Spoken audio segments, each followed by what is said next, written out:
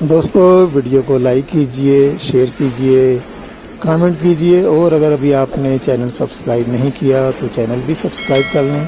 शुक्रिया।